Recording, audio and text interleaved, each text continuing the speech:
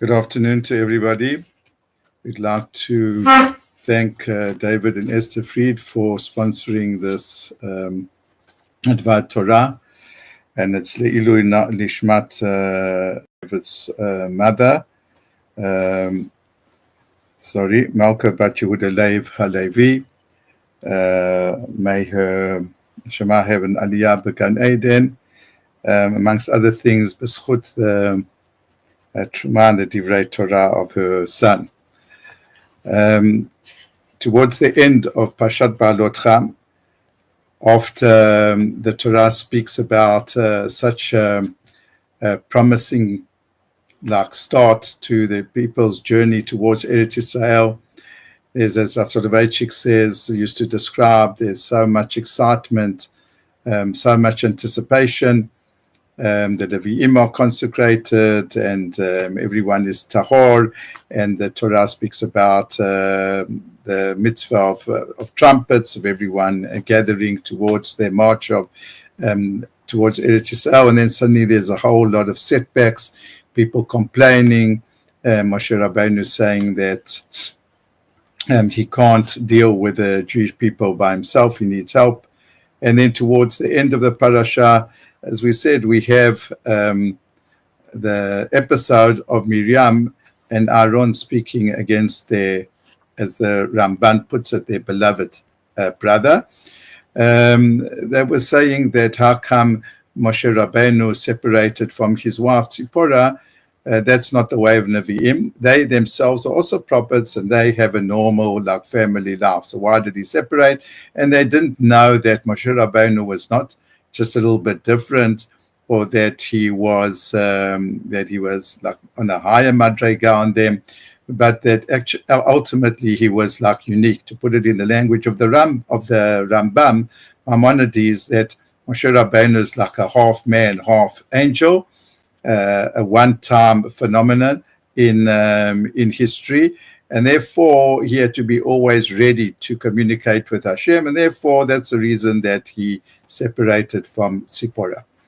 Al kol panim, we all know the result of this lashon hara, or this that Miryam was stricken with tzarat, and then the Torah tells us that Aharon turned to his brother, turned to Moshe, and said that, you know what, please look at our sister, look what she's going through, please daven for her. And in fact, that's what Moshe does. It's the shortest davening that's recorded in the Torah. A couple of words. Moshe says to Hashem, Anakel Raphael, that please Hashem, cure her. That's it, a couple of words, and she have to wait for 7 days, but ultimately she's cured. Now, there is something which is very interesting about this prayer, because in the end of Parshat, the end of the Parshat dealing with the Shirah in Shmot, it says over there that the Jewish people sang a song on Yam Suf. We say the song every single day when we daven, and then the Torah tells us that no sooner had the men finished singing a sing of praise and thanksgiving to Hashem. I read you out the pasuk in Parshat Beshalach Tet Vav Chaf. It says, "Vatikach Miryam HaNevi'ah," that Miryam the prophetess took. And who is this Miryam HaNevi'ah? It says she is Achot Aharon.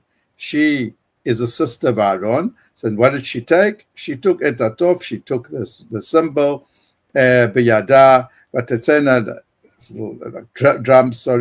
And vatetzena kol hanashim acharei betupim umecholot. So she took a musical instrument, and together with the other woman, what she did was she went out and she sang and danced as thanksgiving and praise to Hashem.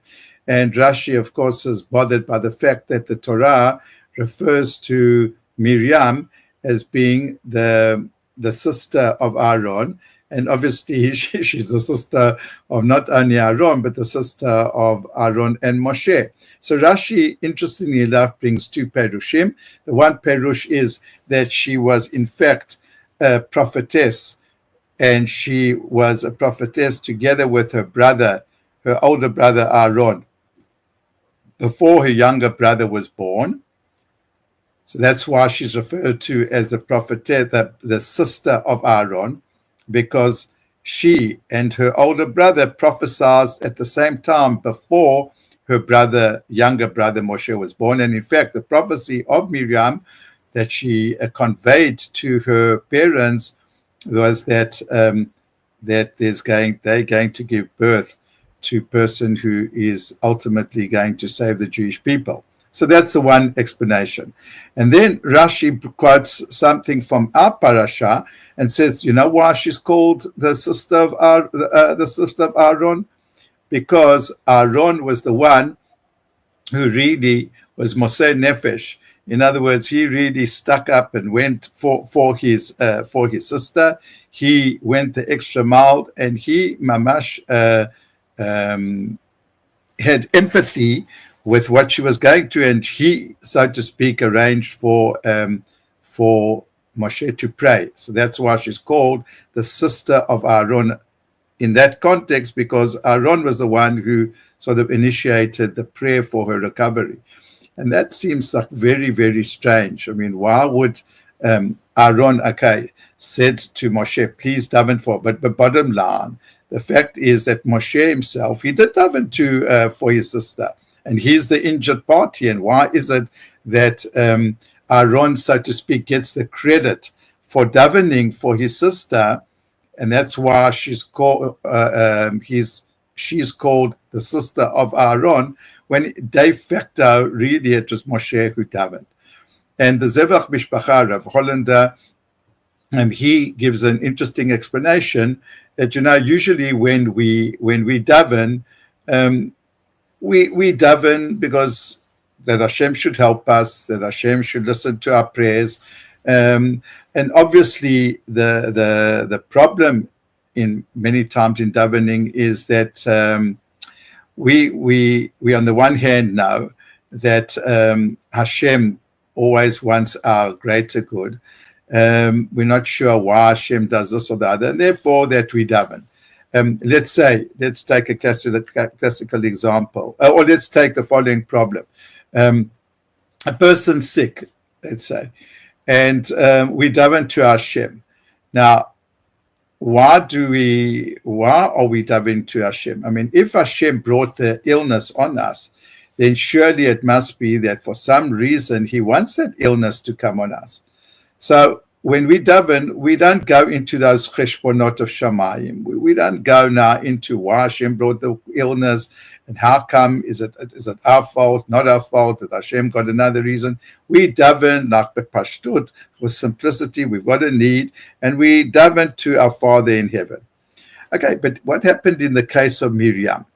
In the case of Miryam, there's no doubt that what was her illness caused by?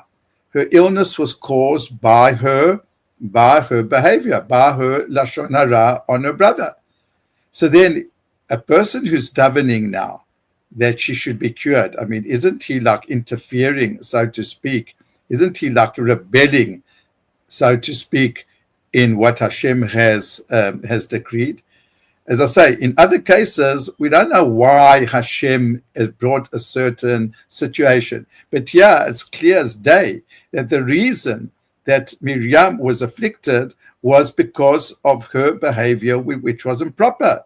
And that's why Hashem is afflicting her with Sarat. So now, what is Aharon now going and, so to speak, interfering with what Hashem wants to do to Miryam and say to Moshe Rabbeinu, you know what, daven on her behalf. So that's why she's called the Achot Miryam, because despite the fact that it was clear that she was at fault and she brought this all on herself, and it was clear that Hashem wanted, for whatever reason, to teach a lesson about the severity of Lashon Hara and the greatness of Moshe Rabbeinu, and therefore there's like a danger by trying to interfere with what Hashem now is trying to do. And yet, that's exactly what Aharon did. Aharon showed that courage. He showed that absolute empathy with his sister. He ignored, so to speak, the threats that were a possible outcome from Hashem of him trying to annul and nullify what he had decreed by Miryam. And that's why, even though de facto Moshe Rabbeinu did daven, but the Mesirut Nefesh for the sister in this situation was dafka by Aharon. And that's what Rashi brings in Parshat Beshalach. That's why she is called Miryam Achot Aharon. Here we see the greatness and of davening, and then under all circumstances that we have to daven to Hashem b'chol levav. Shabbat shalom lekulam.